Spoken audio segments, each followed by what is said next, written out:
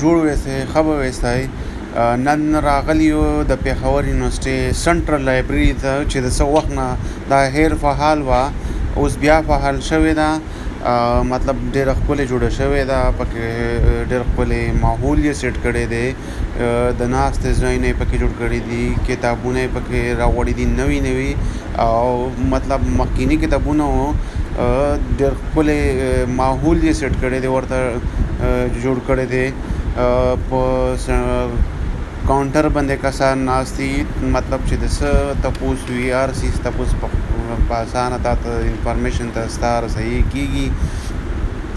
او بله خبره دا ده چې پکې د ماحول خبره ده، ډېر مطلب د سکون نه ماحول دی، پکې ډېر خاموشي وي، پکې بجلی مطلب هر څیز پکې ډېر په ښکلې طریقه دی.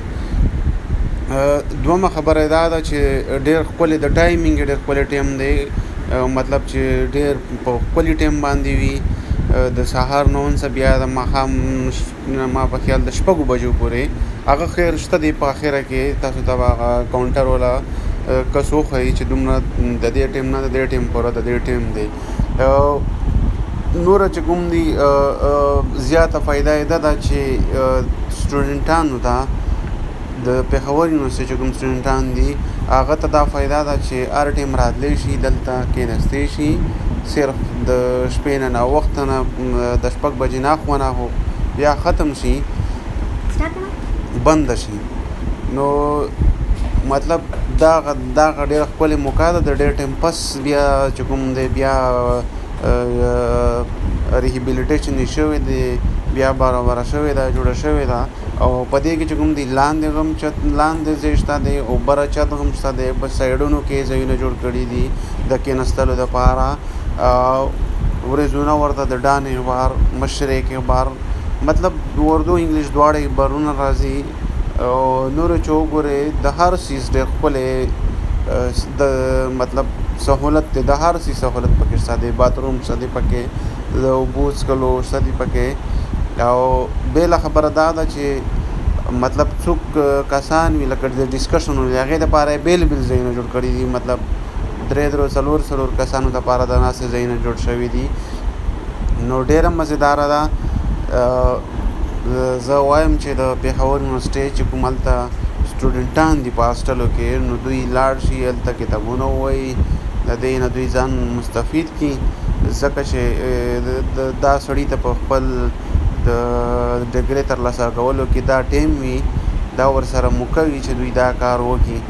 نو ډېره مزېداره ده.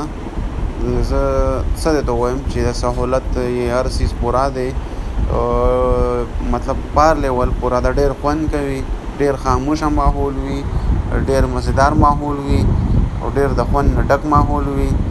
ته به بالکل بور نه کې مخصوص آزاد ځای دی. یو داسې وي چې هم دغه ډپارټمنټل لایبرریان وي، هغه تنګې وي لږ، مطلب ډېر لنډ کسان سره ناست وي، دا ډېر آزاده دی، مطلب ځان نه کېناستلی شي، سایډ کې کمرې وړې وړې جوړې کړي دي، او که نه وي په منځ کې کېناستلی شي. او کتابونه 150,000 دي که څومره کتابونه هغه راته ښودل چې دومره کتابونه پکې شته دي. په اخره کې بیا دا وایم چې زمونږ وطن دپاره چې کوم یو داسې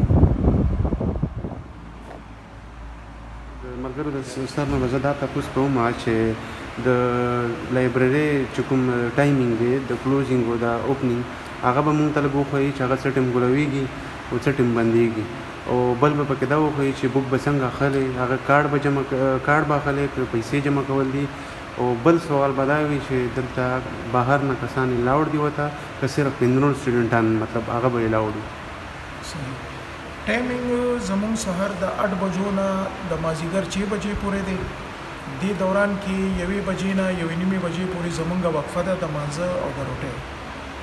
بل د کارډ چې کوم سیستم دی زموږ هغې دپاره موږ فارم ورکوو. خپل کرنټ سټوډنټ چې کوم زموږ د ډپارټمنټ پېښور یونیورسيټي وي هغه ته موږ فارم ورکوو. هغې فارم سره هغه به 2 فوټوان راوړي، خپل چیرمین نه به ساین سټمپ کړي، هغه خپل NIC نمبر به پرې ولیکي، نو هغې ته بیا موږ کارډ جوړ کړو.